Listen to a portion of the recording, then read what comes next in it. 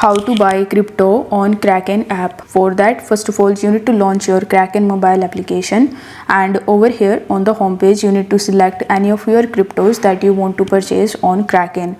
By default, in the favorite it will show you BTC and ETH, but you can tap on the spot and margin and you can see bunch of different crypto coins. Now let's say you want to purchase Solana, so you need to tap on the coin that you want to purchase, which in my case is Solana, so I'm gonna tap on it.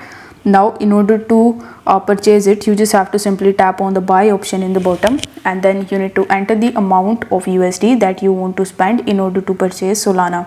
After that, you need to select any of the payment methods of your choice and conclude the payment.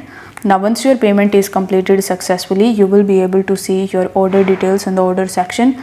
If it is filled, you can get the insight in the balances tab, because in this list you will be able to see all of your current balance relating to the crypto. So if you find this video helpful, then don't forget to like it and subscribe to the channel. Thank you so much for watching.